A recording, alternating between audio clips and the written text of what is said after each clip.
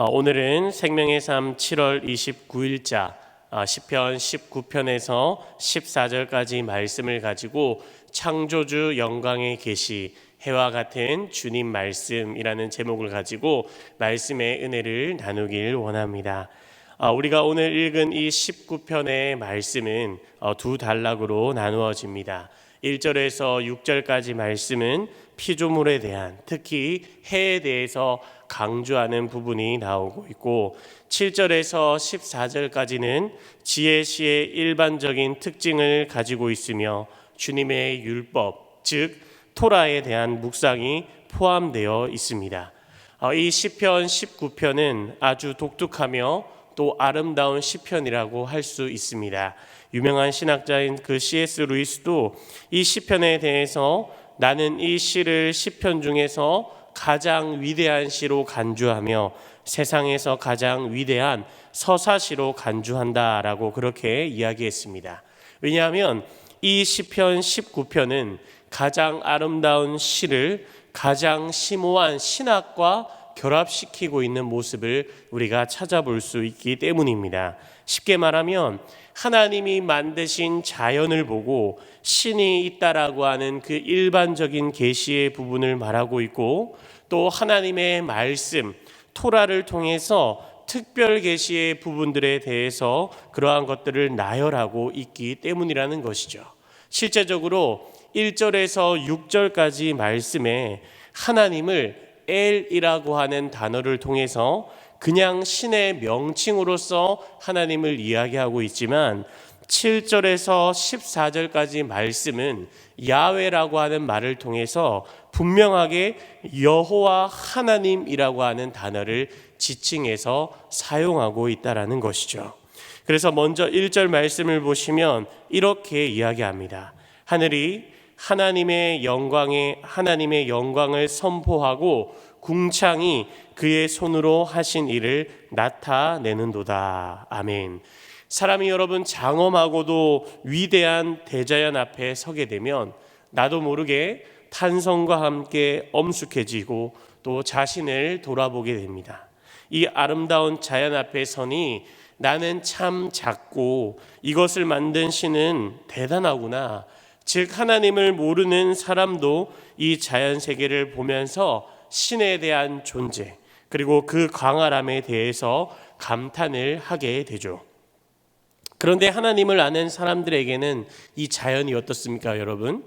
어떠한 신이 있구나라고 생각하는 것이 아니라 바로 자연을 창조하신 전지전능하신 하나님에 대한 영광과 그의 선포에 대한 감탄과 또 찬양을 부르게 된다라는 것이죠. 마치 창세기 1장 1절의 말씀처럼 태초에 하나님이 천지를 창조하시니라 라고 선포한 것처럼 다윗도 지금 하늘이 하나님의 영광을 선포하고 만드신 땅을 봐도 하나님이 하신 일들을 나타낸다라고, 그래서 나는 그 하나님에게 모든 영광을 돌려드린다라고 찬양하고 있는 것입니다. 여러분들은 어떠십니까? 하나님이 만드신 이 자연 세계를 볼 때마다 하나님의 손길과 우리에 대한 그 하나님의 사랑이 여러분 느껴지십니까? 그 만물을 만드신 그 하나님의 놀라우신 전능하심에 대해서 나도 모르게 찬양이 흘러나오십니까? 자연 만물을 통해서 그 속에 담겨있는 하나님의 영광과 우리에 대한 사랑이 가득 담겨져 있다라고 하는 그 사실을 여러분 발견하시고 하나님에게 그 모든 영광과 찬송을 올려드리는 우리의 모습이 되길 간절히 주님의 이름으로 축복합니다. 그런데 여기서 다윗은 단순히 자연을 만드신 하나님의 그 영광에만, 그 하나님의 영광에만 찬송하고 그치는 것에 머무르지 않고 하나님의 율법과 또 하나님의 말씀에 대한 부분까지 계속해서 나아가는 모습을 우리에게 보여줍니다. 우리가 7절부터 말씀을 한번 볼 건데 혹시나 색이 있는 다른 펜이 있으시면 한번 같이 끄어보면서 읽으면 좋을 것 같습니다. 제가 7절부터 한번 읽어보도록 하겠습니다. 여호와의 율법은 완전하여 여호와의 증거는 확실하여 여호와의 교훈은 정직하여 여호와의 계명은 순결하여 여호와를 경외하는 도는 정결하여 여호와의 법도 진실하여. 즉 방금 읽었던 부분은 바로 하나님의 율법, 하나님의 말씀에 대해서 그 말씀은 완전하고 확실하고 정직하며 순결하고 정결하여 진실하다라고 그렇게 지금 다윗이 고백합니다. 이번에는 다른 색으로 우리 한번 칠해 볼까요? 7절 말씀부터 영혼을 소성시키며 우둔한 자를 지혜롭게 하며 마음을 기쁘게 하고 눈을 밝게 하시도다. 영원까지 이르고 다 의로우니. 아멘. 이렇게 말씀합니다.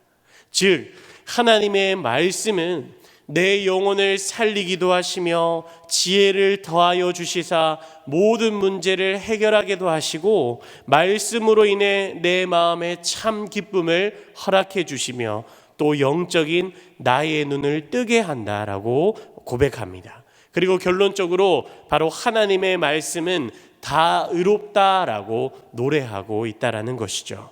여러분, 하나님의 말씀이 그 자체로 의로우며 우리의 모든 것을 채워주심을 믿으십니까?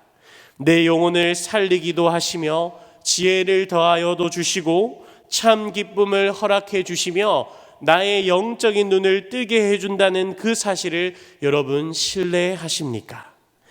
이 노래를 고백한 다윗은 바로 이러한 경험이 자신에게 있었기 때문에 이러한 찬양과 고백을 하나님 앞에 하고 있다라는 것이죠. 하나님의 말씀이 꿀과 송이꿀보다 더 단 말씀입니다.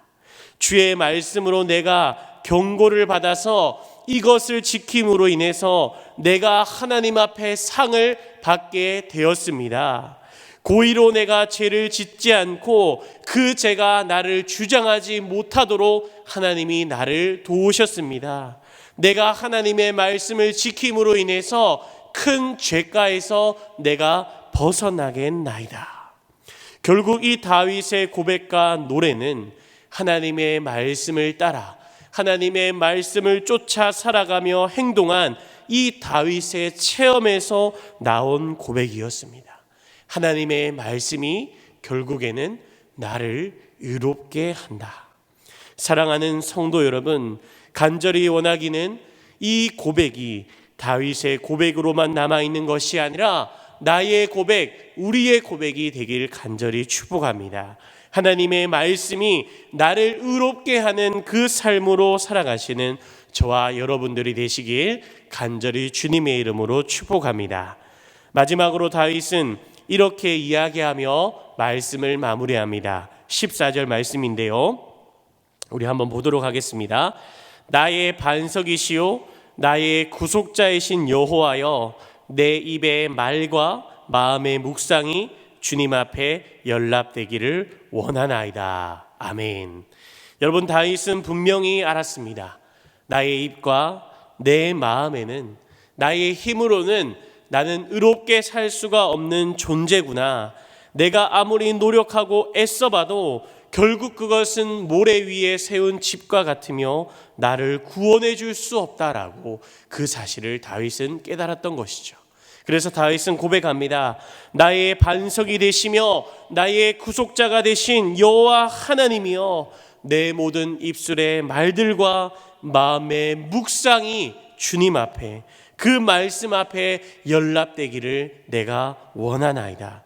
주님 말씀대로, 그 말씀이 이끄시는 의로움대로 나를 살아가게 하여 주시옵소서.